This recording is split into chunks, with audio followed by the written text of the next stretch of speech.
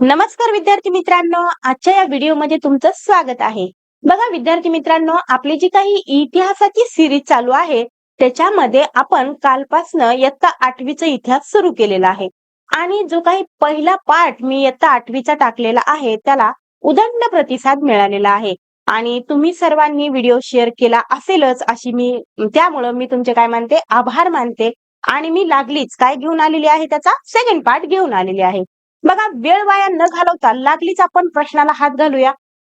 तर 1857च्या लढ्याची व्याप्ती आणि त्यामागची भूमिका सांगणारे 1857चे स्वातंत्र्य समर हे पुस्तक डॅश यांना लिहिले. तर कोणी लिहिले तुम्हाला सांगते. जे काय 1857चा लढा झाला तर तो एवढा उग्र स्वरूपाचा होता की अक्षरशः इंग्रजांना त्या उठावानं हादरवून टाकलं. म्हणजे एवढा उठाव तो उग्र होता की त्याविषयी जी काही मांडणी केलेली आहे त्याला नाव काय देण्यात आलं, तर त्याला नाव देण्यात आलं 1857चे स्वातंत्र्य समर. मग तुमच्या लक्षात आलंच असेल की या पुस्तकाची मांडणी लिखाण कोणी केलं आहे, तर स्वातंत्र्यवीर सावरकरांनी केलेलं आहे. बघा, 1857च्या या लढ्याची व्याप्ती व त्यामागची भूमिका लक्षात घेऊन कुणी तर स्वातंत्र्यवीर सावरकरांनी ज्या पुस्तकातून हे मांडणी केली त्या पुस्तकाचं नाव काय होतं, तर 1857चे स्वातंत्र्य समर अशा पद्धतीचं त्या पुस्तकाचं नाव. तर बघा विद्यार्थी मित्रांनो, पुढचा प्रश्न, खालीलपैकी अयोग्य विधान कोणते ते निवडा. तर हे अयोग्य विधान निवडण्या अगोदर आपण काय करूया, थोडीशी माहिती पाहूया. आणि या माहितीवरून मला तुम्ही सांगणार आहात की कोणतं अयोग्य आहे. तर बघा, मध्ययुगामध्ये जे काही ओडिसा जो काही राज्य आहे किंवा प्रदेश आहे तर त्या ठिकाणी एक पाईक पद्धती होती. बघा, पाईक म्हणजे काय, तर राजाचं जे खडं सैनिक आहे त्यांना पाईक असं म्हणत. मग जो काही राजा होता तो राजा त्या पाईकांना आपली जमीन काय करायचा, कसण्यासाठी देत, किंवा बाबा ही जमीन घ्या आणि तुमचा उदरनिर्वाह करा. परंतु यामागे राजाची एक अट असायची. काय अट होती, तर या सैनिकांना किंवा या पाईकांना जेव्हा कधी राज्यावर काय होईल, हल्ला होईल, दुसरं राज्य चाल करून येईल, आक्रमण करेल, तेव्हा हे पाईक काय करायचे, राजाच्या वतीनं लढायचे. मग ही पद्धत पूर्वापार चालत आली होती. परंतु काय झालं, तर 1803 मध्ये ओडिसा हे इंग्रजांनी जिंकून घेतलं. आणि जिंकून घेतल्याच्या नंतर जे काही पाईकांची जमीन होती ती काढून घेण्यात आली. आणि मग पाईक काय झाले, तर संतप्त झाले किंवा एक प्रकारे त्रासले. त्याचबरोबर या इंग्रजांनी मिठावरचे कर खूप मोठ्या प्रमाणात लावले. त्यामुळे मिठाच्या किमती वाढल्या. सामान्य जनता त्या ठिकाणी काय झाली, त्रस्त झाली. तर या संतापलेल्या पाईकांनी 1817 मध्ये इंग्रजांविरुद्ध लढा दिला किंवा युद्ध केलं. आणि त्या युद्धाचं नेतृत्व कोणी केलं, तर बक्षी जगनबंधू विद्याधर यांनी केलेलं आहे. तर या विषयी आता बघूया तिथं काय आपल्याला दिलेले आहेत पर्याय. नाही, आपल्याला विधान काय दिलेत बघा. तर पहिलं विधान आहे, इसवी सन 1803 मध्ये इंग्रजांनी ओडिसा जिंकून घेतले व पाईकांच्या परंपरागत किंवा वंश परंपरागत जमिना काढून घेतल्या. अगदी बरोबर आहे, मी तुम्हाला हे सर्व सांगितलेलं आहे. त्यानंतर बघा, इंग्रजांनी लावलेल्या करामुळे मिठाच्या किमतीत वाढ होऊन सामान्य लोकांचे जीवन असह्य झाले. हे पण विधान कसं आहे, तर योग्य आहे. आपल्याला अयोग्य विधान पाहिजे. त्यानंतर इसवी सन 1817 मध्ये इंग्रजांविरुद्ध पाईकांनी सशस्त्र उठाव दिला. तर उठाव जो काय केला तो सशस्त्र केला. सशस्त्र म्हणजे हातात शस्त्र घेऊन केलेला उठाव, त्याला म्हणतात सशस्त्र. तर हे पण विधान योग्य आहे. इथं काय म्हटलंय की इंग्रज पाईक उठावाचे नेतृत्व उमाजी नाईक यांना केले. तर पाईकांच्या वतीनं जे नेतृत्व केलं होतं ते उमाजी नाईक यांना केलं नव्हतं. कोणी केलं होतं, तर बक्षी जगनबंधू विद्याधर यांनी केलं होतं. म्हणजे हे विधान काय आहे, चुकीचं आहे. म्हणजेच अयोग्य पर्याय क्रमांक 4. निश्चितच तुम्हाला यामागची पार्श्वभूमी हे प्रश्न समजला असेल. तर मी जे काही तुम्हाला सांगितलं ते सर्वच्या सर्व इथं आहे. बघा, हे बघा, इथं काय 1803 मध्ये ओडिसानं काय केलं, तर म्हणजे ओडिसा इंग्रजांनी जिंकून घेतलं. त्यानंतर 1817 मध्ये इंग्रजांविरुद्ध पाईकांनी लढा दिला. आणि या उठावाचं नेतृत्व बक्षी जगनबंधू विद्याधर यांना केले. खालील विधानाच्या संदर्भात योग्य पर्याय निवडा. तर या ठिकाणी आपल्याला योग्य पाहिजे. पहिलं विधान काय दिलंय की शेतकरी व सामान्य जनता कंपनी सरकारच्या काळात भरभराटीस आले. तर हे तर विधान अयोग्य आहे बघा. कारण की काय झालं होतं तर कंपनी सरकारच्या काळामध्ये सरकार असेल किंवा सामान्य जनता असेल तर ती कंगाल झाली होती. त्यानंतर ब विधान दिलेलं आहे. 1770 मध्ये बंगाल प्रांतात मोठा दुष्काळ पडला, परंतु इंग्रजी राज्यकर्त्यांचे जनतेशी वर्तन मात्र उदासीन, संवेदनशून्य राहिले. हे मात्र अगदी बरोबर आहे. म्हणजेच बघा अ काय आहे चुकीचं आहे आणि ब योग्य आहे. आपल्याला योग्य पाहिजे म्हणजे फक्त ब. पर्याय क्रमांक 2. बघा तीच माहिती आहे जी मी तुम्हाला इथं सांगितली आहे की शेतकरी व सामान्य जनता कंपनी सरकारच्या काळात कशी झाली तर कंगाल झाली आणि अशातच 1770 मध्ये बंगाल प्रांतात मोठा दुष्काळ पडला. इंग्रजी राज्यकर्त्यांचे जनतेशी वर्तन कसे होते, उदासीन होते आणि संवेदनशून्य होते. आता या सगळ्या घटना तर घडलेल्या आहेतच, म्हणजे 1857चा जो काही उठाव झाला त्याच्या अगोदर या सर्व घटना घडलेल्या आहेत. म्हणजे एकंदरीत मोठं भांडण होण्या अगोदर जे काही छोटे छोटे तंटे होतात ना, म्हणजे या छोट्या छोट्या तंट्यानं मोठ्या भांडणामध्ये रूपांतर कसं झालं, मोठं युद्ध कसं झालं, हे मी या ठिकाणी तुम्हाला सांगत आहे. बघा मग त्याच्यानंतर काय झालं तर 1763 ते 1857च्या काळात बंगालमध्ये प्रथम संन्याशाच्या व त्यानंतर फकीरांच्या नेतृत्वाखाली शेतकऱ्यांनी लढे दिले आणि तसेच लढे कुठं कुठं झाले तर गुजरातमध्ये झाले, राजस्थानमध्ये, महाराष्ट्र आणि दक्षिण भारतातही झाले. म्हणजे एक प्रकारे युद्धाला या ठिकाणी काय झालेली आहे, सुरुवात झालेली आहे. बघा प्रश्न काय आहे की डॅशने आपल्या रामोशी बांधवांना व स्थानिक युवकांना संघटित करून, इथे एक अनुस्वार राहिला, इंग्रजांविरुद्ध बंड केले. तर कोण होती ती व्यक्ती ज्यांना की आपले जे काही रामोशी बांधव आहेत त्याचबरोबर जे काही स्थानिक युवक आहेत त्यांना संघटित केलं आणि त्या ठिकाणी उठाव केले, इंग्रजांविरुद्ध बंड पुकारले, तर ते होते बघा उमाजी नाईक. तर उमाजी नाईक विषयी आपण आणखी सविस्तर जाणून घेऊया. बघा हे आहेत उमाजी नाईक, तडफदार व्यक्तिमत्व. तर उग्र स्वरूपाचा उमाजी नाईक यांना काय केलं तर रामोशी बांधवांना त्याचबरोबर स्थानिक युवकांना संघटित करून इंग्रजांविरुद्ध बंड केले. त्यांना एक जाहीरनामा काढला. काय केला, एक जाहीरनामा काढला. काय होता तो जाहीरनामा तर तो होता इंग्रजांविरुद्ध काय करायचा, लढा द्यायचा, त्याचबरोबर इंग्रजांची सत्ता झुगारून देण्याचा त्या ठिकाणी काय होता त्या जाहीरनाम्यामध्ये उल्लेख होता. म्हणजेच एक प्रकारे जे काही उमाजी नाईक आहेत यांना लोकांना आवाहन केलेलं आहे की इंग्रजांची सत्ता काय करायची, झुगारून द्यायची. आणि मग त्यांना सहभागी त्यांच्या होला हो मिळवून अनेक ठिकाणाहून उठाव झाले. मग ते कुठं कुठं झाले तर बघा पुणे, सातारा, अहमदनगर, सोलापूर, नाशिक, भोर इत्यादी ठिकाणी उमाजी नाईक यांना काय केला तर आपला दरारा निर्माण केला आणि त्यांच्या नेतृत्वाखाली एकंदरीत त्या ठिकाणी लढा देण्यात आला. मग पुढे काय झालं तर 1832 मध्ये कंपनी सरकारने उमाजी नाईक यांना अटक केली आणि त्यांना पुणे येथे फाशी देण्यात आली. बघा हे जे काही प्रदेश आहे जिथे की त्यांना लढले हे सर्वच्या सर्व डोंगराळ भागाचा म्हणजे तेव्हाचा डोंगराळ भाग होता. आणि मग तिथं ज्या पद्धतीने शिवाजी महाराज मुघलांशी लढले गनिमी काव्यानं, त्याच पद्धतीनं उमाजी नाईक हे सुद्धा इंग्रजांशी गनिमी काव्यानं लढले, पण शेवटी त्यांना यश आलं नाही. पुढे जाऊया. बघा अयोग्य जोडी ओळखा. बघा ओडिशाचे काय होते तर गौंड होते, अगदी बरोबर आहे. त्यानंतर बिहारचे संथाळ हे पण बरोबर आहे. महाराष्ट्रामध्ये भिल्ल, कोळी आणि रामोशी कोण होतं, भिल्ल, कोळी आणि रामोशी होते. म्हणजे या ठिकाणी छोटा नागपूर, रामोशी हे जे काही दिलेलं आहे चुकीचं आहे, बरोबर.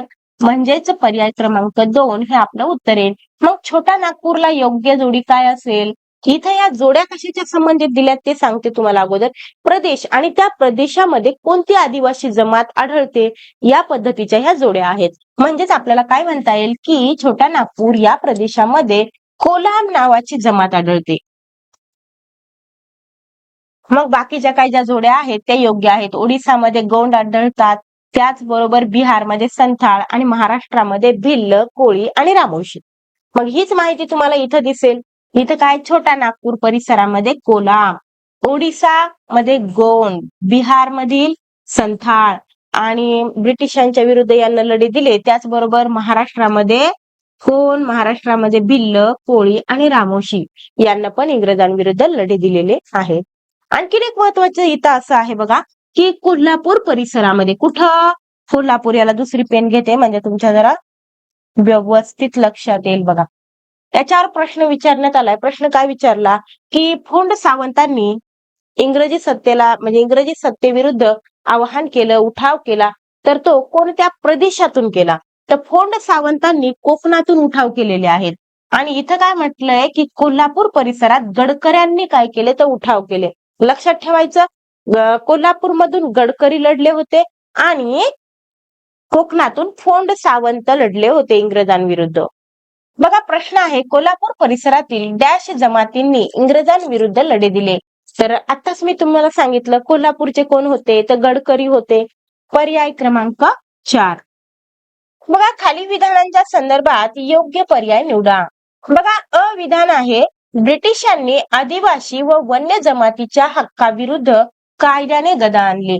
तर हे विधान अगदी बरोबर आहे. काय केलं होतं इंग्रजांनी, तर इंग्रजांनी म्हणजे आधीच्या काळी काय होतं, आदिवासी जी काही जमात आहे ते जंगलामध्ये राहायचे. मग जंगलातली जी काही साधन संपत्ती आहे ती त्यांच्या मालकीची होती. परंतु इंग्रजांनी एक एक प्रदेश काय केले, हडपायला सुरुवात केली. म्हणजे म्हणतात ना, ती बसायला दिली वसरी आणि हळूहळू पाय पसरी. आणि त्यामध्येच त्यांना जो जो प्रदेश जिंकून घेतला त्या प्रदेशातील वनांची मालकी त्यांना आपल्याकडे घेतली. मग त्या ठिकाणी आदिवासींच्या हातात कुठलेही हक्क राहिले नाहीत. म्हणजे त्यांच्या हक्काविरुद्ध कायद्यानं काय केली, गदा आणली. त्यानंतर बघा कोल्हापूर परिसरात गडकऱ्यांनी उठाव केले. अगदी बरोबर आहे, मी तुम्हाला सांगितलं पण. त्यानंतर क विधान आहे, छोटा नागपूर परिसरातील कोलम जमातीने ब्रिटिशांविरुद्ध लढे दिले. अगदी बरोबर. मग अशी आपण जोड्या लावामध्ये पण हे घेतलेलं होतं. तर अ ब क सर्व योग्य. घटना कालानुक्रमे लावा. तर कोणती घटना कधी घडली हे जर आपल्याला माहित असेल तर आपण निश्चितच त्या घटना कालानुक्रमे लावू शकतो. बरोबर. तर सगळ्यात अगोदर काय झालं बघा, तर बंगालमध्ये काय झाला तर मोठा दुष्काळ पडला. हे जे काही घटना आहे ती सगळ्यात अगोदर घडली. आता बघा दुष्काळ तर पडलेला आहे आणि दुष्काळाच्या विरोधात म्हणजे दुष्काळावर काहीही कुठल्याही म्हणजे दुष्काळ निवारणाचा प्रयत्न इंग्रजांकडून झाला नाही. आणि त्यानंतर मग काय झालं तर एका एका प्रदेशामध्ये उठाव व्हायला सुरुवात झाली. त्याच पद्धतीने इंग्रजी सैन्यातील भारतीय सैनिकांनी वेलोर येथे उठाव केला. जे काही इंग्रजांचं सैन्य होतं त्याच्यामध्येच भारतीय सैन्यानं किंवा सैनिकांनी त्या ठिकाणी वेलोर येथे उठाव झाला. ही घटना आहे बघा दुसऱ्या क्रमांकाची. आणि त्यानंतर बराकपूर भारतीय सैनिकांनी उग्र उठाव केला. मग तिथला उठाव झाल्याच्या नंतर लगेचच बराकपूरच्या छावणीमध्ये पण उठाव झाला. नेमकं काय झालं होतं बघा, बराकपूरच्या छावणीमध्ये इंग्रजांनी एक लांब पल्ल्याची बंदूक आणली होती. त्या बंदुकीचं नाव आहे पुढं आपण घेऊया. तर त्याच्यावर काय होतं, काडतूस होतं बघा. आणि ते काडतूस तोंडानं किंवा दातानं फोडावं लागायचं.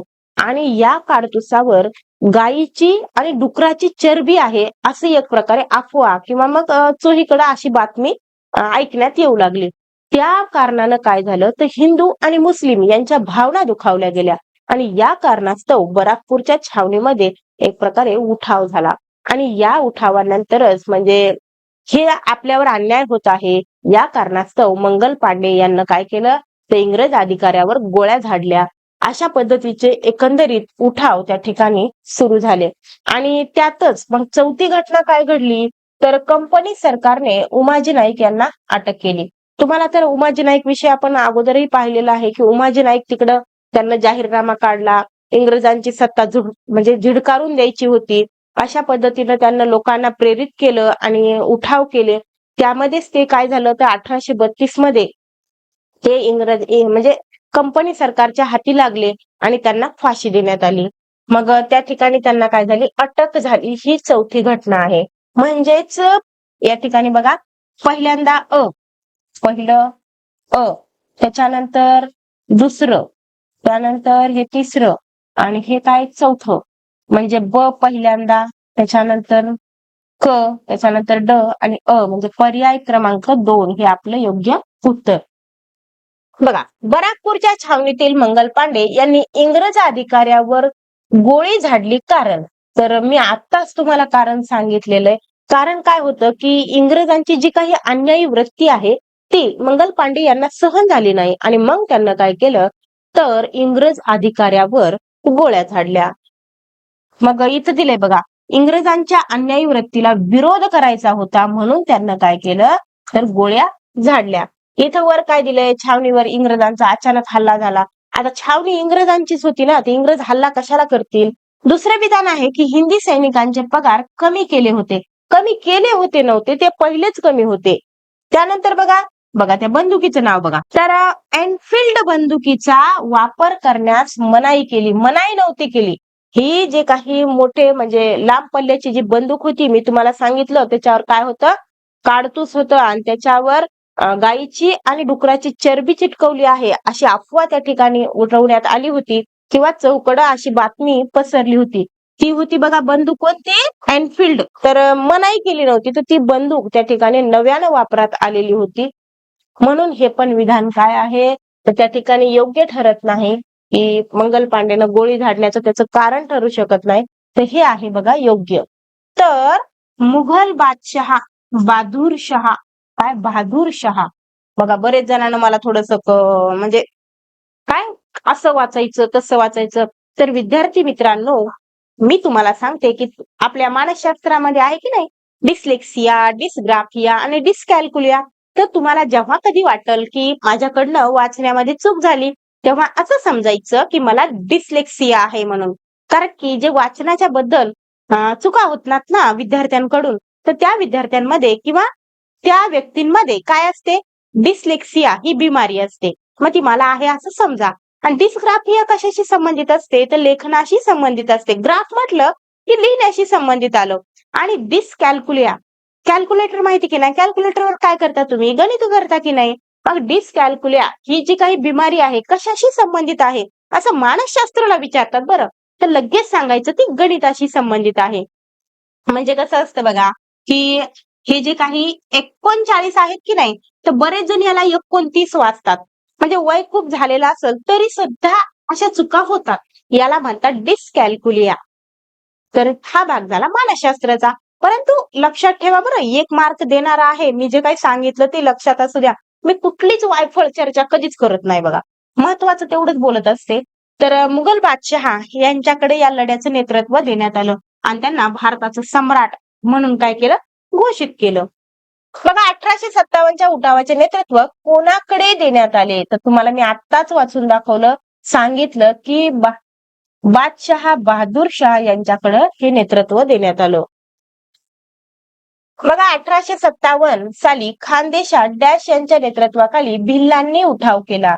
तर कोणाच्या नेतृत्वाखाली भिल्लांनी उठाव केला तर बघा तो केला होता कजार सिंग यांच्या नेतृत्वाखाली. तर बघा हे जे काही आपण माहिती पाहिलेली म्हणजे हे जे काही उत्तर आहे ते योग्य आहे का, ते इथं बघा 1857 साली खानदेशात कजार सिंग यांच्या नेतृत्वाखाली भिल्लांनी काय केले, उठाव केले. त्यानंतर आणखी इथं महत्वाचं काय आहे तर सातपुडा परिसरात शंकरशहांनी लढ्याचं नेतृत्व सांभाळलं. सातपुडा परिसरात जर जे काही इंग्रजांच्या विरुद्ध उठाव झाले त्याचं नेतृत्व कोणाकडे होतं असा प्रश्न विचारला तर शंकरशहा यांच्याकडे होते. हे आपण लक्षात ठेवायचं. त्याच्यानंतर खानदेशाच्या उठावामध्ये 400 भिल्ल स्त्रिया पण सहभागी होत्या. बघा स्त्रिया सुद्धा मागे नव्हत्या असं मला इथं सांगायचंय तुम्हाला. तर बरंच काही महत्वाचं आहे ते आपण पुढे पुढे पाहणारच आहोत. कोणते विधान चुकीचे आहे. आता चुकीचे विधान निवडण्यासाठी आपल्याला खूप आपला अभ्यास असला पाहिजे. बरोबर काय आहे हे जर आपल्याला माहिती असेल तर चुकीचं काय आहे हे पण आपल्याला सांगता येईल. बघा 18व्या शतकात मुघल साम्राज्य दुबळे झाल्यामुळं नादिर शहा, अब्दाली यासारख्या परकीयांनी हिंदुस्थानावर आक्रमणे करण्यास सुरुवात केली. अगदीच बरोबर आहे. आता मगाशी आपण पाहिलं की जे काही नेतृत्व आहे भारताचं तर ते कोणाकडे देण्यात आलं तर बहादूर शहा म्हणजे बादशहा बहादूर शाह यांच्याकडे देण्यात आलं. परंतु इंग्रजांना प्रतिकार करणं किंवा त्यांच्याशी लढणं एवढी ताकद त्यांच्यामध्ये नव्हती. त्यामुळं आपलेच भारतीय पुढे आले काही आणि त्यांना ही जिम्मेदारी स्वतःच्या खांद्यावर घेऊन ते इंग्रजांशी लढलेले आहेत. काही जण धारातीर्थी पडले, काही जणांना काही जणांना फाशी दिली, तर काही जणांवर गोळ्या झाडल्या. म्हणजे एकंदरीत त्यांना आपला जीव गमवावा लागला. तर बघा आपण ते पाहूतच नंतर. तर एकंदरीत काय म्हणायचंय की 18व्या शतकात मुघल साम्राज्य दुबळं झालं होतं हे मला इथं सांगायचं आहे. हे विधान योग्य आहे. त्यानंतर बहादूर शहाच्या वतीनं नानासाहेब पेशवे, झाशीची राणी लक्ष्मीबाई तसेच तात्या टोपे यांनी 1857च्या लढ्याची सूत्रे हाती घेतली. तर मी तुम्हाला आत्ताच सांगितलं की आपले काही बहादूर भारतीय समोर आले आणि बहादूर शाह जफर सॉरी बहादूर शाह यांच्या वतीनं ते स्वतः लढले. कोण कोण होते त्यांची नावं पण आपण इथं घेतलेली आहेत. हे विधान पण योग्य आहे. म्हणजे बघा दोन्ही विधानं काय आहेत, योग्य आहेत. आपल्याला चुकीचं विधान पाहिजे तर इथं काय असायला पाहिजे, तर यापैकी नाही. काय असायला पाहिजे? यापैकी नाही. कारण की दोन्हीही योग्य आहेत. आपल्याला चुकीचं सांगितलेलं आहे. फक्त चूक आहे का तर नाही, ब आहे का तर नाही, ब दोन्ही आहेत का तर नाही, यापैकी नाही हे त्याचं उत्तर आहे. जरा मिस्टेक आहे इथं, समजून घ्या. तर तेच जे मी तुम्हाला सांगितलं की मुघल सत्ता दुबळी झाल्यामुळं नादिर शहा, अब्दाली सारख्या परकीयांनी हिंदुस्थानावर आक्रमण करायला सुरुवात केली. त्यानंतर आणखीन महत्वाचं काय आहे, तर बहादूर शाहच्या नेतृत्वाखाली किंवा नेतृत्व मान्य करून कोण कोण लढलं, तर नानासाहेब पेशवे असतील, झाशीची राणी लक्ष्मीबाई असेल किंवा तात्या टोपे यांनी 1857च्या स्वातंत्र्य लढ्याची सूत्र आपल्या हाती घेतलेली आहे. त्यानंतर बघा अयोग्य या ठिकाणी आपल्याला जोडी शोधायची आहे. तर अयोग्य जोडी म्हणजे कसं की हा प्रदेश आहे आणि या प्रदेशातून नेतृत्व कोणी केलं किंवा इंग्रजांच्या विरुद्ध उठाव कोणी केले, अशा पद्धतीच्या ह्या जोड्या आहेत. बघा साताऱ्याचं जे काही नेतृत्व केलं होतं ते शहाजी प्रताप सिंग यांनी केलं, हे अगदी बरोबर आहे. त्यानंतर कोल्हापूरचं तात्यासाहेब टोपे, नाही हे चुकीचं आहे. बघा कोल्हापूरचं नेतृत्व चिमासाहेब यांनी केलं होतं. मी हे तुम्हाला दाखवणार आहेच, परंतु हे चुकीचं आहे आणि आपल्याला चुकीचं अयोग्यच शोधायचं आहे, तर हे बरोबर आहे. त्यानंतर बघा नरगुंद जे काही क्षेत्र आहे त्या ठिकाणचं नेतृत्व कोणी केलं, तर बाबासाहेब भावे यांनी केलं. त्यानंतर अहमदनगरचं नेतृत्व भागोजी नाईक यांनी केलं. बाकीचे सर्वच्या सर्व योग्य आहेत. बघा आता तीच माहिती तुम्हाला इथे दिसून येईल. काय दिसून येईल, तर सातारा छत्रपतीचे वारसदार शहाजी प्रताप सिंग यांना काय केलेलं आहे, तर साताऱ्याचं नेतृत्व केलं. कोल्हापूरचं नेतृत्व बघा चिमासाहेब यांना केलेलं. त्यानंतर नरगुंदचे बाबासाहेब भावे. त्यानंतर अहमदनगर जिल्ह्यातील संगमनेर जवळ भागोजी नाईक यांना काय केलं, त्याचं नेतृत्व केलं किंवा लढा दिला. तर हे फार फार फार महत्वाचं आहे. सर्वच्या सर्व म्हणजे कोणत्या ठिकाणाहून कोण लढलं त्या व्यक्तींची नावं. त्यानंतर बघा नाशिक जिल्ह्यातील पेठ सुरगाण्याच्या राणी सारख्या स्त्रियाही त्यात सामील झाल्या आणि 1857 साली खानदेशात आपण मगाशी पाहिलं कजार सिंग यांच्या नेतृत्वाखाली भिल्लांनी उठाव केले. त्याच्यानंतर सातपुडा परिसराचं पण पाहिलं, शंकरदेव यांना त्या ठिकाणी लढलेले आहेत. 1857चा लढा अयशस्वी होण्यामागचं अयोग्य कारण कोणतं? आता बघा बऱ्याच ठिकाणाहून उठाव झाले, बरोबर, परंतु हे उठाव सगळीकडून एकदाच झाले नाहीत. म्हणजे अमुक एका प्रदेशामधून लोकांनी उठाव केला आणि हा उठाव लगेच दुसऱ्या म्हणजे तिथला उठाव इंग्रजांनी दाबला की मग लगेच दुसऱ्या एका प्रदेशातून भारतीयांनी काय केला, उठाव केला. म्हणजे एकंदरीत बारीबारीनं उठाव केल्यामुळं भारतीयांना इंग्रजांना त्यांना ते उठाव दाबून टाकण्यास काय झाली, मदत झाली किंवा त्यांना ते सोपं झालं. जर सगळ्या भारतामध्ये एकदाच उठाव झाला असता तर कदाचित काय झालं असतं, भारत तेव्हाच इंग्रजांच्या तावडीतून सुटला असता. तर आपल्याला इथं पाहिजे अयशस्वी होण्यामागचं अयोग्य कारण. बघा सर्वसामान्य नेत्यांचा अभाव हे तर योग्य आहे कारण, अयशस्वी झाल्याचं कारण योग्य आहे. कारण की सामान्य जनता किंवा सामान्यांचं जे काही नेतृत्व आहे, जे काही सर्वसामान्य लोक होते, त्यांना या युद्धामध्ये म्हणजे एक प्रकारे भाग घेतलाच नाही. तर जे काही क्रांतिकारक लढले, त्यांना आपला जीव गमावला. आपलं घर, संसार सर्वाचा त्याग करून त्यांना देशासाठी आपलं बलिदान दिलं. परंतु सामान्य जनता मात्र या ठिकाणी खाऊन म्हणजे भाकरी तोडून मस्त आरामात राहत होती. तर हे चुकीचं आहे. म्हणजे हे पण कारण आहे अयशस्वी ठरण्यामागचं. त्याच्यानंतर राजे राजवाड्यांच्या पाठिंब्याचा अभाव. तर अगदीच बरोबर आहे. या राजे राजवाडे आता ज्यांना काही त्रासच नाही इंग्रजांचा, ते कशाला बरं उठावामध्ये येतील? बरोबर आहे की नाही? ज्याचं जळतंय त्यालाच कळतंय. तर हे मध्ये उठले नाहीत, त्यामुळे सुद्धा अयशस्वी झाला उठाव. त्यानंतर आहे बघा, लढ्याचा प्रसार भारतभर झाला. जर भारतभर झाला असता, तर हा लढा यशस्वी झाला नसता. तर हेच अयोग्य कारण आहे. बरोबर आहे? म्हणजे आपलं काय आहे? उत्तर आपलं हेच आहे. जर त्या लढ्याचा प्रसार भारतभर झाला असता, तर अयशस्वी ठरला असता का लढा? निश्चितच ठरला नसता. लष्करी डावपेचांचा अभाव हे पण योग्य कारण आहे. कारण की एक तर भारतीयांकडे लष्कर नव्हतं. जे काही दारुगोळा आहे, बॉम्ब वगैरे आहेत, बंदुका आहेत, हे पण नव्हतं. या सर्व गोष्टी त्याला कारणीभूत आहेत. बघा प्रश्न आहे, डॅश साली ब्रिटिश पार्लमेंटने कायदा करून ईस्ट इंडिया कंपनीची राजवट बरखास्त केली. तर ईस्ट इंडिया कंपनीची राजवट बरखास्त 1858 ला झालेली आहे. म्हणजे 1857चा लढा संपला की लागलीच जे काही कंपनी सरकारचे जे काही हक्क आहेत ते काढून घेण्यात आले. म्हणजे एकंदरीत कंपनी सरकार बरखास्त करण्यात आली. कसं केलं, काय केलं मी सांगतेच आहे तुम्हाला. बघा आता याचं उत्तर काय आहे, तर 1858 आहे. साली ब्रिटिश पार्लमेंटने कायदा करून ईस्ट इंडिया कंपनीची राजवट काय केली, बरखास्त केली. पण ऑप्शन मध्ये कुठेही तुम्हाला काय दिसत नाहीये, तर ऑप्शन मध्ये कुठेही तुम्हाला 58 दिसत नाही. मग आपण ह्या 57 ला 58 करूया. तर बघा, जी काही तुम्हाला समजा आता प्रिंट वगैरे जे कोणी घेतील, म्हणजे प्रिंट काढण्यासाठी जे कोणी पीडीएफ घेतील, त्यांना मात्र अशा चुका त्या ठिकाणी दिसणार नाहीत. त्याची मी नक्कीच दखल घेईल. बघा विद्यार्थी मित्रांनो, बरेच जणांना काय पीडीएफ साठी मागणी करत आहेत. आणि जर तुम्ही हे पीडीएफ घेत असाल, तर निश्चितच तुमचा त्या वर्गाचा अभ्यास कव्हर होईल. पण त्याच्यासोबत आता तुम्ही काय करावं लागेल तुम्हाला, की ते पीडीएफ समोर घ्यावं लागेल, है की नाही? जे काही तुम्ही प्रिंट मारून आणलेले आहेत, त्याच्या समोर तुम्हाला ते व्हिडिओ पाहताना ते समोर ठेवावं लागेल. काय चूक आहे, काय बरोबर आहे. एखाद्या वेगळ्या वेगळ्या 2-3 पेना ठेवा समोर. काय आहे ते वेगळ्या वेगळ्या पेननं त्याच्यावर काय करा, लिहित चला. आणि बरेच जण असाच अभ्यास करत आहेत.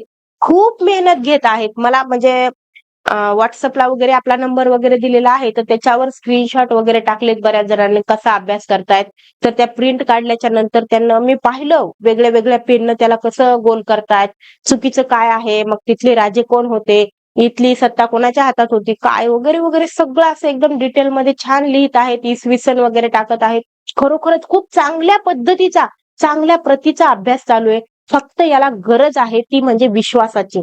तुम्ही काय करा, स्वतःवर विश्वास ठेवा. नक्कीच तुम्ही काय करणार आहात, तर टीईटी पार करणार आहात. ते पण अशी तशी नाही. बघा मी सुद्धा टीईटी किंवा सीटीईटी दिलेली आहे.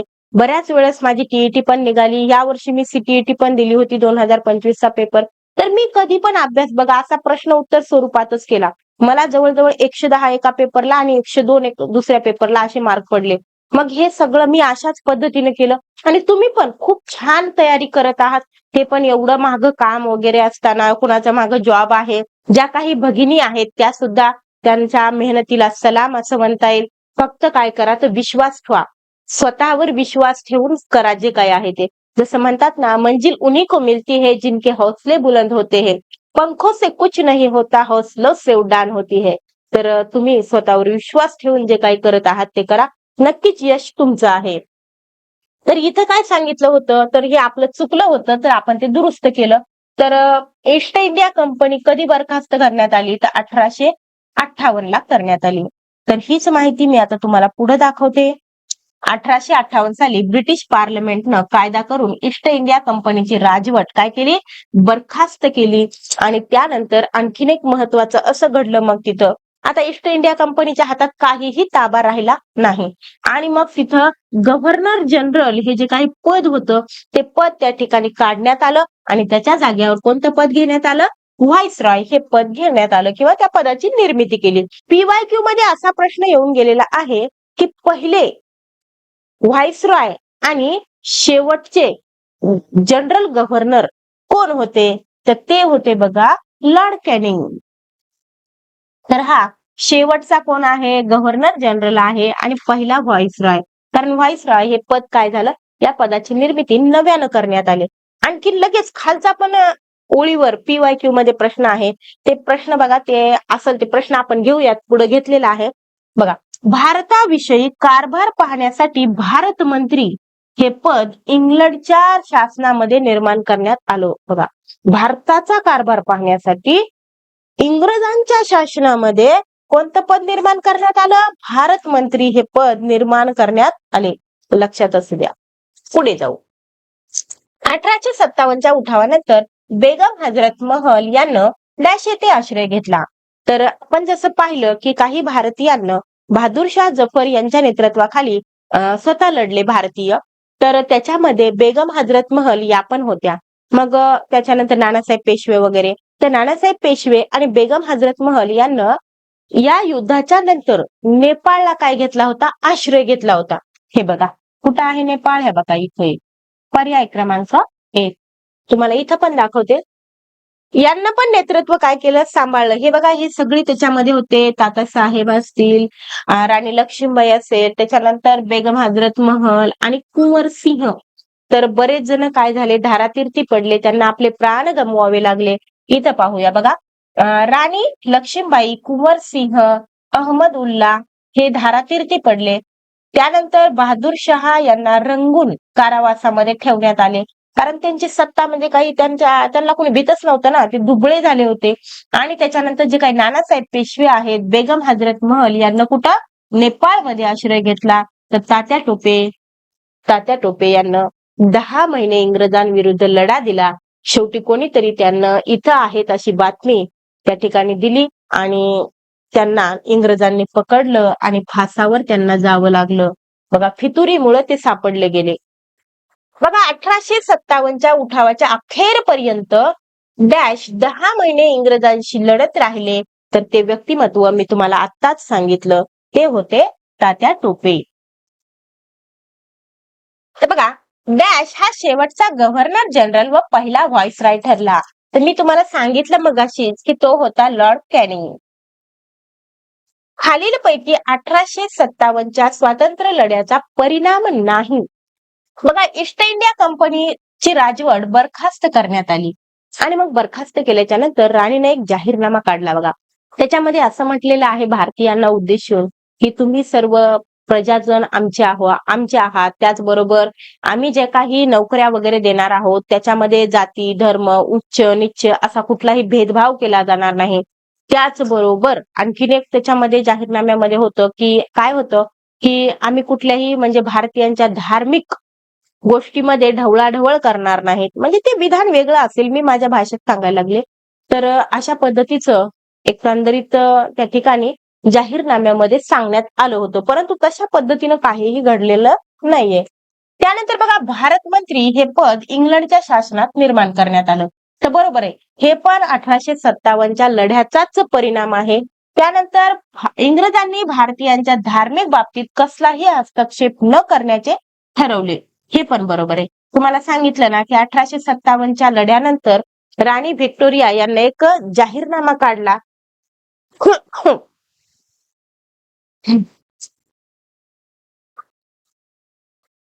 आणि त्यामध्ये हे विधान होतं.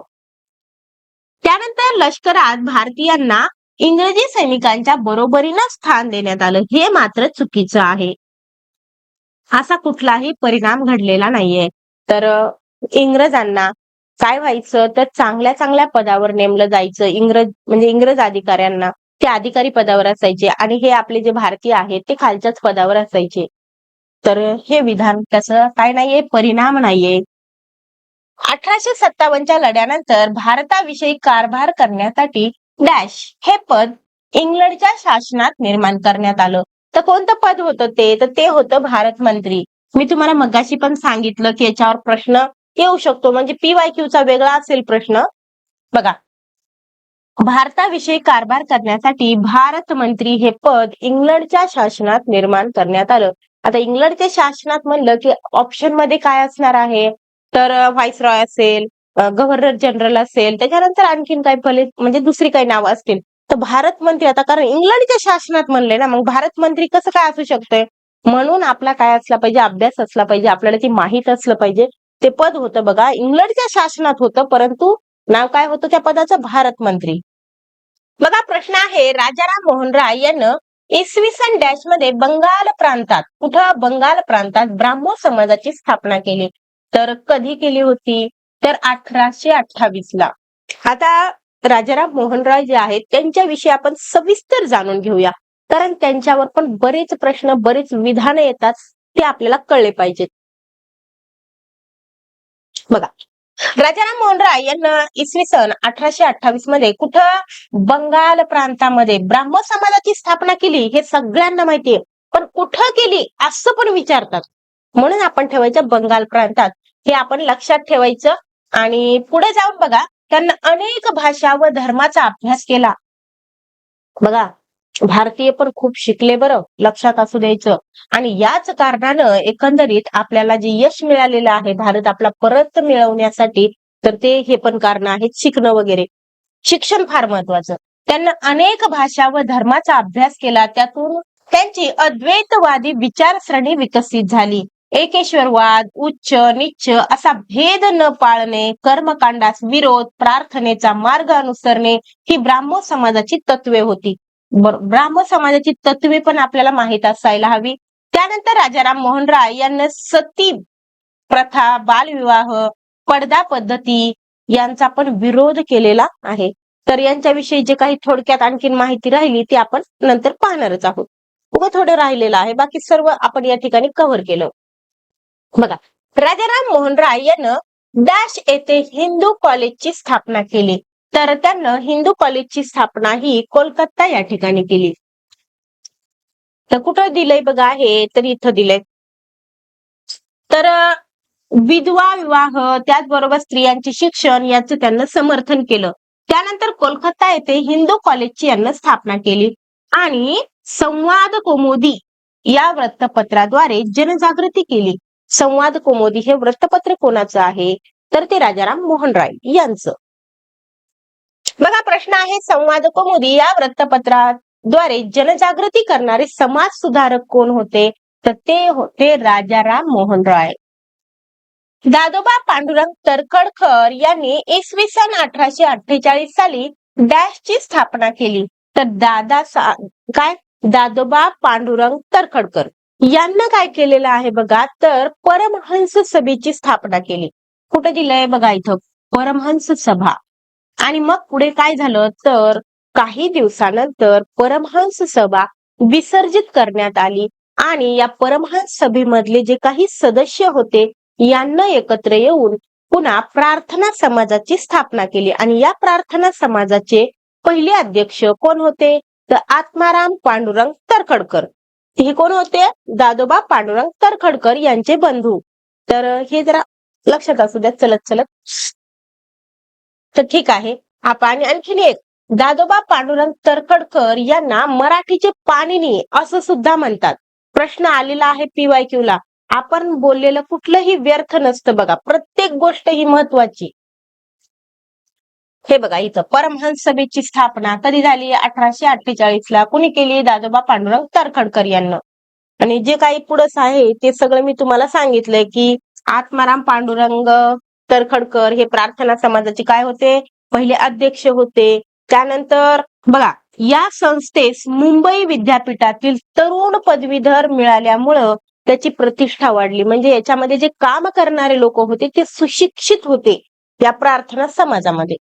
बघा, डॅश हे प्रार्थना समाजाचे पहिले अध्यक्ष. मग मी आताच तुम्हाला सांगितलंच की प्रार्थना समाजाचे पहिले अध्यक्ष कोण होते, तर ते होते बघा डॉक्टर आत्माराम पांडुरंग तर्खडकर. तर तुम्ही म्हणता मॅडम इथं तर्खडकर दिलं नाही तरी तुम्ही तर्खडकर कसा म्हणायला लागलात, तर दादोबा पांडुरंग तर्खडकर यांचे बंधू होते. म्हणलं आता भावकी जरी असली तरी सुद्धा काय असणार आहे, परंतु इथं तर दोघांच्या वडिलांचं नाव एकच आहे म्हणजे ते त्यांचे बंधू आहेत, त्यामुळेच मी आडनाव त्या ठिकाणी तर्खडकर लावत आहे. बरोबर.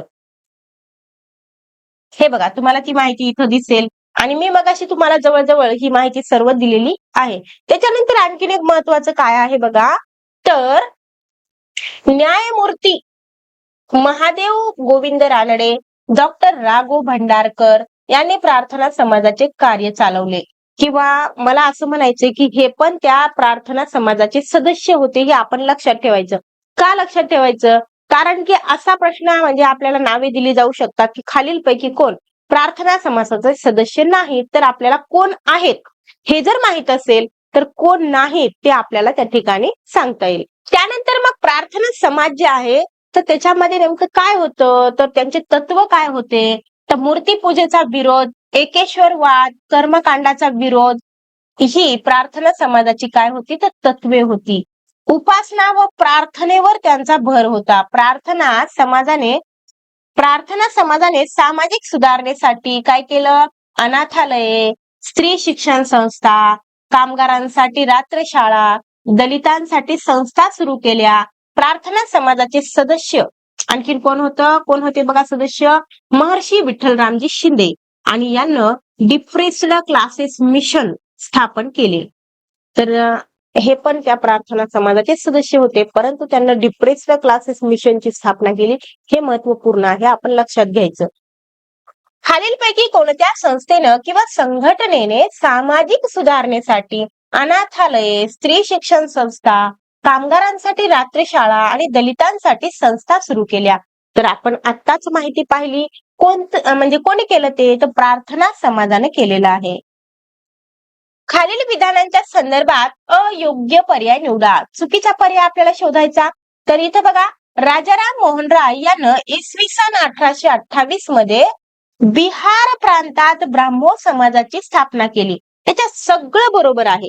राजाराम मोहन राय यांना 1828 मध्येच ब्राह्मो समाजाची स्थापना केली, पण कुठे केली, बंगाल प्रांतात केली.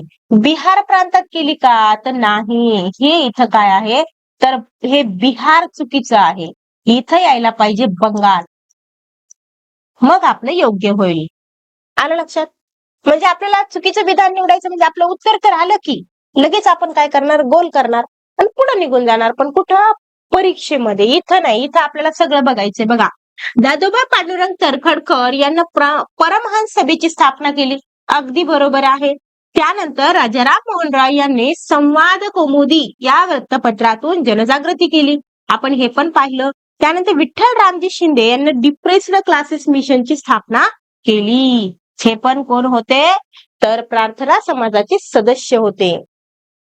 खालील विधानांच्या संदर्भात अयोग्य विधान कोणते, तर विधाने दिली आहेत. राजाराम मोहन राय यांना कोलकाता येथे हिंदू कॉलेजची स्थापना केली, अगदी बरोबर आहे, हे मी तुम्हाला दाखवलं पण. त्यानंतर ब विधान आहे, दादोबा पांडुरंग तर्खडकर हे प्रार्थना समाजाचे अध्यक्ष होते, म्हणजे प्रार्थना समाजाचे पहिले अध्यक्ष होते असं हे विधान म्हणते. परंतु तसं आहे का, नाही. तर प्रार्थना समाजाचे पहिले अध्यक्ष डॉक्टर आत्माराम पांडुरंग तर्खडकर होते, ह्यांचे बंधू होते, हे नव्हते. हे काय होते, यांना परमहंस सभेची स्थापना केली आणि मग ती विसर्जित झाल्याच्या नंतर त्यातल्याच काही सदस्यांना दुसरी म्हणजेच प्रार्थना समाजाची स्थापना केली आणि त्याचे पहिले अध्यक्ष कोण होते, तर आत्माराम पांडुरंग तर्खडकर हे होते. म्हणून हे विधान आहे चुकीचं. तर आपल्याला अयोग्य पाहिजे म्हणजे फक्त ब. बघा, खालील विधानांच्या संदर्भात योग्य पर्याय शोधा. योग्य पर्याय या ठिकाणी पाहायचा आहे. तर अविधान दिलंय, मूर्तीपूजेला विरोध, एकेश्वरवादाचा पुरस्कार, कर्मकांडाला विरोध ही प्रार्थना समाजाची तत्वे होती, अगदी बरोबर आहे. त्यानंतर सत्यशोधक समाजाची स्थापना 1873 मध्ये महात्मा ज्योतिराव फुले यांनी केली, हे पण विधान योग्य आहे. जवळजवळ सर्वांना माहितच असेल की सत्यशोधक समाज जो आहे तो कोणी स्थापन केला, तर कोणी केला? महात्मा ज्योतिराव फुले यांनी केलेला आहे. म्हणजे ही दोन्ही विधाने योग्य आहेत, तर अ ब दोन्ही योग्य. पर्याय क्रमांक 3. त्यानंतर बघा, डॅश यांनी सार्वजनिक सत्यधर्म या पुस्तकाच्या माध्यमातून समाज प्रबोधन केले. तर हे सार्वजनिक सत्यधर्म हे पुस्तक कोणाचं आहे? तर बघा, तुम्हाला माहिती असेल की महात्मा ज्योतिबा फुले यांचं पुस्तक कोणतं आहे? गुलामगिरी आहे. पुन्हा ब्राह्मणाचे कसब आहे, शेतकऱ्यांचा आसूड आहे. हे एवढे पुस्तकं गाजलेले आहेत, त्यांचे सर्वांना माहिती आहेत. परंतु सार्वजनिक सत्यधर्म हे सुद्धा पुस्तक महात्मा ज्योतिबा फुले यांचंच आहे. बघा, पर्याय क्रमांक 3 हे आपलं योग्य उत्तर आहे. सार्वजनिक सत्यधर्म हे पुस्तक कसं आहे, म्हणजे आपल्या तेवढं ऐकण्यात नाही, वाचण्यात नाही, त्यामुळं आपण याचं उत्तर दुसरंच लिहू शकता. परंतु या ठिकाणी लक्षात ठेवायचं, सार्वजनिक सत्यधर्म महात्मा ज्योतिबा फुले यांचंच पुस्तक आहे. बघा, हे आहेत महात्मा ज्योतिबा फुले. तर यांचे स्त्रियांवर खूप मोठे म्हणजे खूप खूप उपकार आहेत असं म्हणता येईल आपल्याला. बघा, स्त्री शिक्षणाचा यांना पुरस्कार केला. महात्मा ज्योतिराव फुले यांनी ब्राह्मणाचे कसब, गुलामगिरी, शेतकऱ्याचा आसूड ही आणि कोणता सार्वजनिक सत्यधर्म अशा पुस्तकाच्या माध्यमातून समाज प्रबोधन केलं. त्यानंतर स्त्री पुरुष अथवा माणसा माणसामध्ये भेद निर्माण करणाऱ्या चालीरीतीवर त्यांना कडक टीका केली. म्हणजे एकंदरीत माणसाला माणसाप्रमाणे वागणूक मिळाली पाहिजे या मताचे ते होते. स्वामी विवेकानंद यांनी इसवी सन 1875 मध्ये आर्य समाजाची स्थापना केली. तर हे जे काही विधान आहे, हे विधान काय आहे? चुकीचं आहे. कारण की स्वामी विवेकानंदांनी आर्य समाजाची स्थापना केलीच नव्हती. स्वामी विवेकानंदांनी कोणत्या म्हणजे कशाची स्थापना केली? तर त्यांना रामकृष्ण मिशनची स्थापना केली. आणि हे आपण कसं लक्षात ठेवायचं ते पुन्हा मी तुम्हाला नंतर सांगते, जाऊ द्या. तर हे विधान काय आहे? चुकीचं आहे. बरोबर आहे. आणि या आर्य समाजाची स्थापना कोणी केली होती? तर स्वामी दयानंद सरस्वती यांनी केली होती. म्हणून हे विधान चुकीचं आहे. त्याच्यानंतर ब विधान काय दिले? वेदाकडे परत चला असे आर्य समाजाचे ब्रीद वाक्य होते. हे मात्र योग्य आहे. आर्य समाजाचं ब्रीद वाक्य कोणतं होतं? तर वेदांकडे चला. याच्यावर एक ग्रंथ पण त्यांना लिहिलेला आहे, ते आपण पुढे पाहणार आहोत. म्हणजे बघा, अ काय आहे? तर अयोग्य आहे. आणि ब काय आहे? तर योग्य आहे. म्हणजे पर्याय क्रमांक 2. हे बघा, हे आहेत स्वामी दयानंद सरस्वती. आता यांच्याविषयी आपण एकंदरीत सगळीच माहिती घेऊन टाकूया या ठिकाणी. तर यांना काय केलं बघा, 1875 मध्ये आर्य समाजाची स्थापना केली. त्याचबरोबर सत्यार्थ प्रकाश हा वेदांवर भाष्य करणारा ग्रंथ कोणी लिहिलेला आहे? तर स्वामी दयानंद सरस्वती यांनी लिहिला. त्यानंतर प्राचीन वैदिक धर्म हाच खरा धर्म असून त्यात जातीपातींना स्थान नव्हते, स्त्री पुरुष समानता होती असे प्रतिपादन त्यांनी केले. आणि वेदांकडे परत चला असे आर्य समाजाचे काय होते? ब्रीद वाक्य होते. आताच आपण पाहिलं ते विधान आपलं योग्य होतं. आर्य समाजाच्या भारतभर शाखा उघडल्या यांना आणि आर्य समाजाच्या माध्यमातून ठिकठिकाणी शिक्षण संस्था पण उघडल्या. एकंदरीत म्हणजे आर्य समाजाची स्थापना केल्यानंतर त्यांचं जे कार्य आहे त्याची आपण डिटेल या ठिकाणी घेतली. पुढे जाऊया. खालीलपैकी कोणत्या ग्रंथात वेदांवर भाष्य करण्यात आले? आताच आपण पाहिले ते ग्रंथ होता सत्यार्थ प्रकाश. आणि हे जर कोणाचं आहे असं जर तुम्हाला विचारलं तर स्वामी दयानंद सरस्वती यांचं नाव घ्यायचं लगेच. इसवी सन डॅश मध्ये स्वामी विवेकानंदांनी रामकृष्ण मिशनची स्थापना केली. तर स्वामी विवेकानंदांनी रामकृष्ण मिशनची स्थापना 1897 ला केली. कधी केली?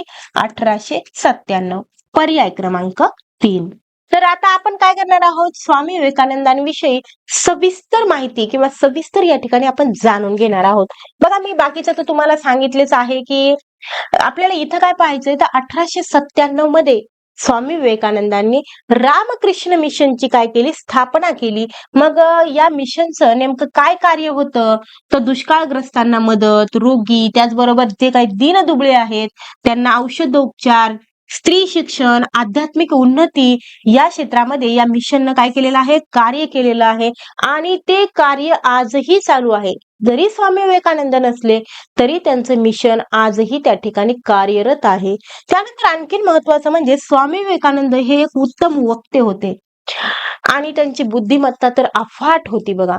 ते म्हणतात ना, असं मी ऐकलंय म्हणजे वाचलंय एका ठिकाणी, की स्वामी विवेकानंदांनी जर एखादं पान वाचलं की ते पान ते डायरेक्ट फाडून टाकत असत. म्हणजे ते सगळ्याला सगळं त्यांच्या मेमरीमध्ये ते फिट व्हायचं. तर अशा पद्धतीचं हे व्यक्तिमत्व. तर यांना इसवी सन 1893 मध्ये अमेरिकेमधील शिकागो येथे धर्म परिषद म्हणजे विश्व धर्म परिषद झाली. तिथं हिंदू धर्माचं प्रतिनिधित्व हे कोणी केलं होतं, तर स्वामी विवेकानंदांनी केलं होतं. त्यावेळी ते भारतीय तरुणांना काय म्हणाले होते, म्हणजे भारतीय तरुणांना उद्देशून म्हणाले होते, उठा, जागे व्हा व ध्येय प्राप्त होईपर्यंत थांबू नका. तर अशाच पद्धतीचं आवाहन मी तुम्हालाही करेल, की जे काही तुमचं ध्येय आहे ते तुम्ही काय करा, प्राप्त करा. आणि ते कशानं साध्य होणार आहे, तर अभ्यासानं साध्य होणार आहे. म्हणून म्हणतात ना, की असाध्य ते साध्य करीशी सायास कारण अभ्यास. तर आपल्याला पण अभ्यास करावा लागणार आहे. पुढे जाऊया. त्यानंतर बघा, सिखांमध्ये धर्म सुधारण्यासाठी डॅश येथे सिंग सभा स्थापन झाली. तर आता बघा, शीख म्हटलं की लगेच तुमच्या लक्षात येईल काय, तर पंजाब, बरोबर की नाही, पंजाबमध्ये आणि अमृतसर पंजाबमध्ये आहे. लगेच आपण काय करणार, अमृतसरला टिक करणार. जर मी पर्यायामध्ये दुसरे पुणे, मुंबई वगैरे नावं घेतली असते तर म्हणजे बघा, प्रश्न काढण्यासाठी सुद्धा किती बेजार व्हावं लागते. ऑप्शन मध्ये मला सगळ्याला सगळे पंजाब मधले शहर घ्यावे लागले. तर याचं उत्तर काय आहे, अमृतसर. म्हणजे शिखांमधील जे काही धर्म सुधारणेसाठी अमृतसर येथे सिंग सभा स्थापन करण्यात आली. बघा, केशवपनाची पद्धती बंद व्हावी म्हणून डॅश यांनी नाभिकांचा संप घडवून आणला. कोणी घडवला होता, तर महात्मा ज्योतिबा फुले. तर सर्वप्रथम सावित्रीबाई फुले आणि महात्मा ज्योतिबा फुले यांना माझे नमन. खर तर यांच्यामुळेच आम्हा सर्व स्त्रियांचं मातीमोल जीवन मोतीमोल बनलेलं आहे, बहुमोल बनलेलं आहे आणि अनुमोलही यांचे आमच्यावर खूप खूप उपकार आहेत. हे आपलं, याला कोणीही पाठिंबा देईल, मीच काय. तर बघा, त्यांना काय केलेलं आहे, तर सर्वांना माहिती आहे की 1848 ला पुणे येथील भेडेवाड्यामध्ये स्त्रियांसाठी किंवा मुलींसाठी पहिली शाळा यांना सुरू केली. तर हे जे दाम्पत्य आहे यांच्या आमच्यावर खूप खूप उपकार आहेत. बघा, सावित्रीबाई फुले यांची साथ लाभली आणि समाजातील कर्मठ लोकांनी केलेल्या टीका निंदा पत्कारूनही सावित्रीबाई फुलेंनी शिक्षणाचे कार्य म्हणजे शिक्षणाचा हा जो दिवा आहे त्यांना घरोघरी लावलेला आहे आणि अज्ञान रूपी अंधकारातून ज्ञानरूपी प्रकाशाकडे नेण्याचं कार्य या माऊलीनं केलेलं आहे. त्यांच्या सोबतीला हे ज्योतिबा फुले तर होतेच. बघा, महात्मा फुले यांनी स्वतःच्या घरात बाल हत्या प्रतिबंध गृह स्थापन केले आणि केशवपनाची पद्धत त्यांना बंद व्हावी म्हणून नाभिकांचा संप घडवून आणला. तर यांचं कार्य खूप महान आहे.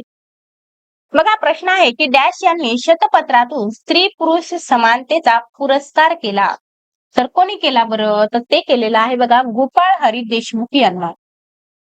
आता ही माहिती कुठे दिसेल तुम्हाला, आता इथं बघा, गोपाळ हरी देशमुख उर्फ लोकहितवादी. जर तुम्हाला विचारलं की लोकहितवादी यांचं पूर्ण नाव काय आहे, तर ते आहे गोपाळ हरी देशमुख. यांनी शतपत्रातून स्त्री पुरुष समानतेचा पुरस्कार केला. त्याचबरोबर आणखीन एक काय आहे इथं, तर गव्हर्नर लॉर्ड बेंटिंग याला सतीबंदीचा कायदा करण्यासाठी राजाराम मोहन राय सारख्या समाज सुधारकांनी मदत केलेली आहे. लॉर्ड बेंटिंगना तुम्हाला माहितीये की बाबा, सतीबंदीचा जो कायदा आहे, आपण काल पाहिलं की सतीबंदीचा कायदा सुधारण्याचं काम कोणी केलंय, तर लॉर्ड बेंटिंगने केलंय. त्याचबरोबर विधवा पुनर्विवाह याच्याविषयी कायदा कोणी काढलेला आहे, तर तो लॉर्ड डलहौसी यांना काढलेला आहे. बघा, प्रश्न काय आहे की गोपाळ गणेश आगरकर यांनी सुधारक हे वृत्तपत्र चालवले. अगदी बरोबर आहे. त्याच्यानंतर ब विधान दिले, विठ्ठल रामजी शिंदे यांनी मुंबई येथे देवदासी प्रथेविरुद्ध परिषद भरवली. तर हे पण विधान काय आहे, योग्य आहे. तर दोन्ही विधान काय आहेत, योग्य. पर्याय क्रमांक 3. बघा, गोपाळ हरी देशमुख यांचं इथं सुधारक हे वृत्तपत्र दिसत आहे आणि विठ्ठल रामजी शिंदे यांना मुंबई येथे देवदासी प्रथेविरुद्ध परिषद भरवलेली आहे. आता इथं आपल्याला अयोग्य जोडी शोधायची आहे. स्वामी दयानंद सरस्वती, सत्यार्थ प्रकाश, अगदी बरोबर आहे. त्यानंतर म्हणजे त्यांचे पुस्तकं दिलेत बघा. इथं साहित्यिक आणि साहित्य अशा जोड्या, तर आपल्याला अयोग्य जोडी शोधायची. त्याच्यानंतर ताराबाई शिंदे यांचं काय आहे, स्त्री पुरुष तुलना. आपलं गाजलेलं पुस्तक आहे, गाजलेला पण प्रश्न आहे परीक्षा परिषदेचा, की सावित्रीबाई आपले हे ताराबाई शिंदे यांचं कोणतं पुस्तक आहे, स्त्री पुरुष तुलना. हे विधान काय म्हणजे हे जी जोडी आहे ती चुकीची आहे आणि आपल्याला अयोग्य जोडी पाहिजे, पर्याय क्रमांक 2. बघा, महात्मा ज्योतिबा फुले यांचं काय आहे, तर ब्राह्मणांचे कसब. मी तुम्हाला सांगितलं ना, ब्राह्मणाचं कसब आहे.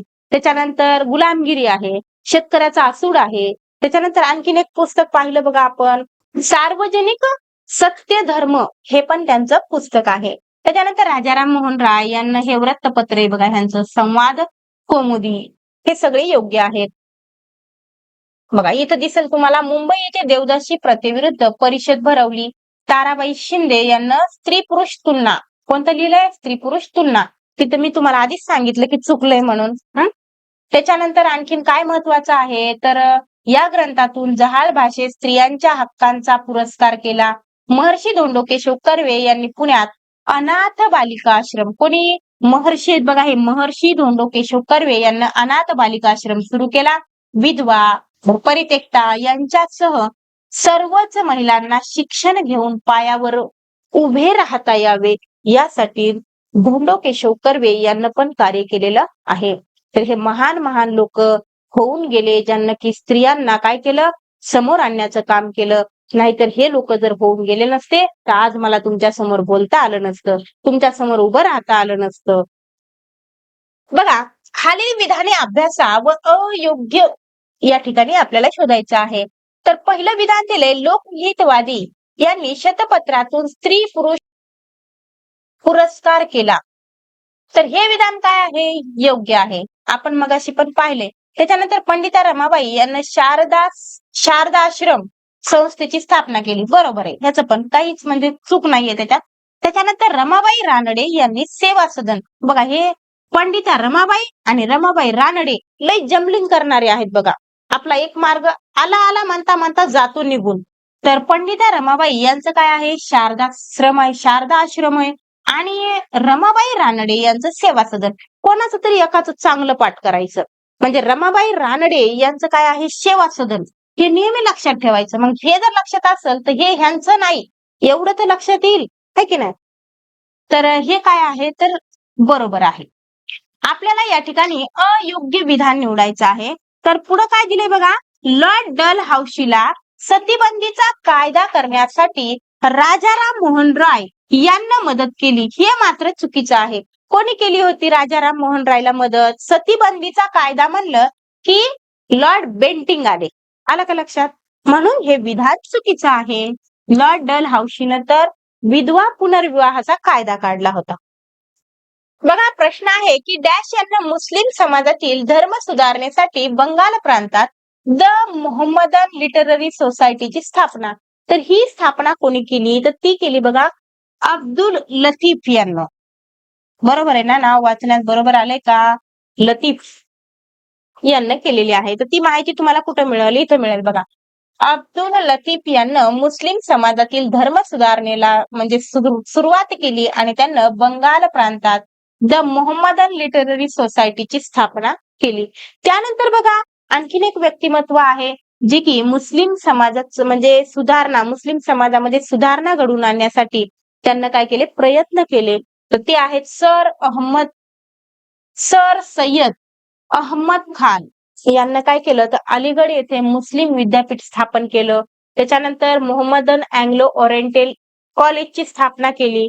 तर बरेचसे त्यांचे कार्य आहेत. म्हणजे त्यांचं म्हणणं काय होतं की त्यांनी पाश्चिमात्य विज्ञान व तंत्रज्ञानाचा पुरस्कार केला. पाश्चात्य शिक्षण आणि विज्ञान यांचा अंगीकार मुस्लिम समाजाने केल्याशिवाय त्यांची प्रगती होणार नाही, असं त्यांचं ठाम मत होतं. अशा पद्धतीनं म्हणजे मुस्लिम समाजाला पुढे आणण्याचं काम यांना केलेलं आहे. बघा, रत्नागिरी येथे पतित पावन मंदिराची निर्मिती कोणी केली, तर कोणी केली बरं, तर ती केलेली आहे स्वातंत्र्यवीर सावरकर यांना.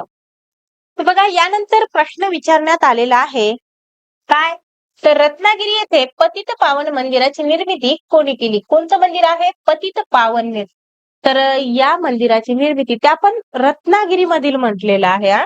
तर याची निर्मिती केली बघा स्वातंत्र्यवीर सावरकर, वि. दा. सावरकर, विनायक दामोदर सावरकर. जर कुठं जर विचारलं तुम्हाला पूर्ण नाव काय तर ते पण सांगता यावं. बरोबर, पर्याय क्रमांक 1. मग कुठं दिली ही माहिती आहे बघा इथं. स्वातंत्र्यवीर वि. दा. सावरकर यांनी रत्नागिरी येथे हिंदू धर्मातील सर्व जातींना मुक्त प्रवेश असणाऱ्या पतित पावन मंदिराची निर्मिती केली, सहभोजनादी कार्यक्रम राबवले. तर त्यांच्या कार्य या ठिकाणी सांगण्यात आलेलं आहे. बघा डॅश यांनी बनारस हिंदू विद्यापीठाची पायाभरणी केली, तर ती कोणी केली? तर ती केली बघा पंडित मदन मोहन मालवीय. पंडित मदन मोहन मालवीय यांनी बनारस हिंदू विद्यापीठाची पायाभरणी केली. त्यानंतर आणखीन एक महत्वाचं काय आहे तर डॉक्टर केशव बळीराम हेडगेवार यांना 1925 साली राष्ट्रीय स्वयंसेवा संघाची स्थापना नागपूर येथे केली. त्याच्यानंतर हिंदू समाजाला सन्मानाचे स्थान मिळावे म्हणून 1915 साली हिंदू महासभा या संघटनेची स्थापना पण झालेली आहे. त्यानंतर डॅश यांच्या प्रयत्नामधून 20व्या शतकातील भारतातील पहिले महिला विद्यापीठ उभे राहिले. कोणाच्या प्रयत्नाने? कोणाच्या प्रयत्नामधून महिलांसाठीच पहिलं विद्यापीठ उभा राहिलं ते आहेत बघा महर्षी धोंडो केशव कर्वे. हे बघा इथं तुम्हाला माहिती मिळेल. हे बघा हे आहेत महर्षी धोंडो केशव कर्वे. तर यांच्या प्रयत्नामधून 20व्या शतकात भारतातील पहिले महिला विद्यापीठ उभे राहिले. त्यानंतर आपण मगाशीच पाहिलं आहे पंडिता रमाबाई यांना काय केलं, शारदा सदन या संस्थेची स्थापना केलेली आहे. आणि बरं स्थापना तर केलीच पण आणखीन काय महत्वाचं आहे तर करून दिव्यांग मुले मुली स्त्रिया यांच्या म्हणजे एक प्रकारे उज्ज्वल भवितव्याचं काम त्यांना त्या ठिकाणी केलेलं आहे. त्यानंतर बघा धोंडो केशव कर्वे यांनी पुण्यात अनाथ बालिकाश्रम सुरू केले. त्याच्यानंतर विधवा परित्याक्ता यांच्यासह सर्वच महिलांना शिक्षण घेऊन पायावर उभं राहता यावं यासाठी त्यांना प्रयत्न केले. बघा आता या ठिकाणी आपण सर्वच्या सर्व व्यक्ती आणि त्यांना जे काही केलेले कार्य म्हणजे संस्था वगैरे उभारलेल्या आहेत तर याच्याविषयी आपण इथे एकदा थोडक्यात पाहूयात. बघा हे आहेत बघा राजाराम मोहन रॉय यांना ब्राह्मण समाजाची स्थापना 1828 ला केली. त्यानंतर हे आहेत दादोबा पांडुरंग तरखडकर यानं परमहंस सभेची स्थापना केली. कधी केली? 1848 ला. म्हणजे हे आधी झालं ते त्याच्यानंतर झालं. त्यानंतर स्वामी दयानंद सरस्वती याच्यावर नेहमी जोड्या असतात. असा पेपर कोणत्याही इयरचा घेऊन दाखवा की ज्याच्यावर यांच्याविषयी माहिती आली नाही. प्रत्येक वर्षी यांच्यावर माहिती किंवा जोड्या लावा तरी असते. एखादं विधान चुकीचं बरोबर ओळखायचं असतं परंतु प्रश्न मात्र असतो. स्वामी दयानंद सरस्वती यांना आर्य समाजाची स्थापना केली. कधी केली? 1875 ला. त्यानंतर रामकृष्ण मिशन म्हणलं की मी तुम्हाला सांगितलं रामकृष्ण परमहंस हे कोणाचे गुरु होते तर विवेकानंदांचे गुरु होते. आणि या विवेकानंदांनी रामकृष्ण मिशनची स्थापना 1897 ला केली. इसवी सन का महत्वाचं आहे? जर आपल्याला क्रम लावायला सांगितला तर मग त्याच्यामुळे लक्षात ठेवायचं.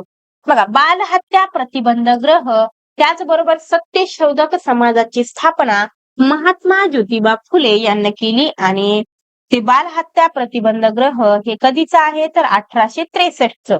मी सत्यशोधक समाजाचं म्हणत नाही बरं इसवी सन. हे बालहत्या प्रतिबंध ग्रह हे 1863 च आहे. त्यानंतर अनाथ बालिकाश्रम हे 1896. कोणी तर महर्षी धोंडो केशव कर्वे. त्याच्यानंतर सर सय्यद अहमद खान तर यांचं कार्य आपण तिकडे मगाशी आढावा घेतलेलाच आहे यांचा. तर बघा मोहम्मदन अँग्लो ओरिएंटल कॉलेज ची स्थापना यांना काय केलेली आहे 1875 ला केली. त्यानंतर बघा राष्ट्रीय स्वयंसेवक संघ गेल्याच वर्षी विचारलं होतं तर हे आहे बघा डॉक्टर केशव बळीराम हेडगेवार यांचं. आणि कधी तर 1925 च. राष्ट्रीय स्वयंसेवक संघ.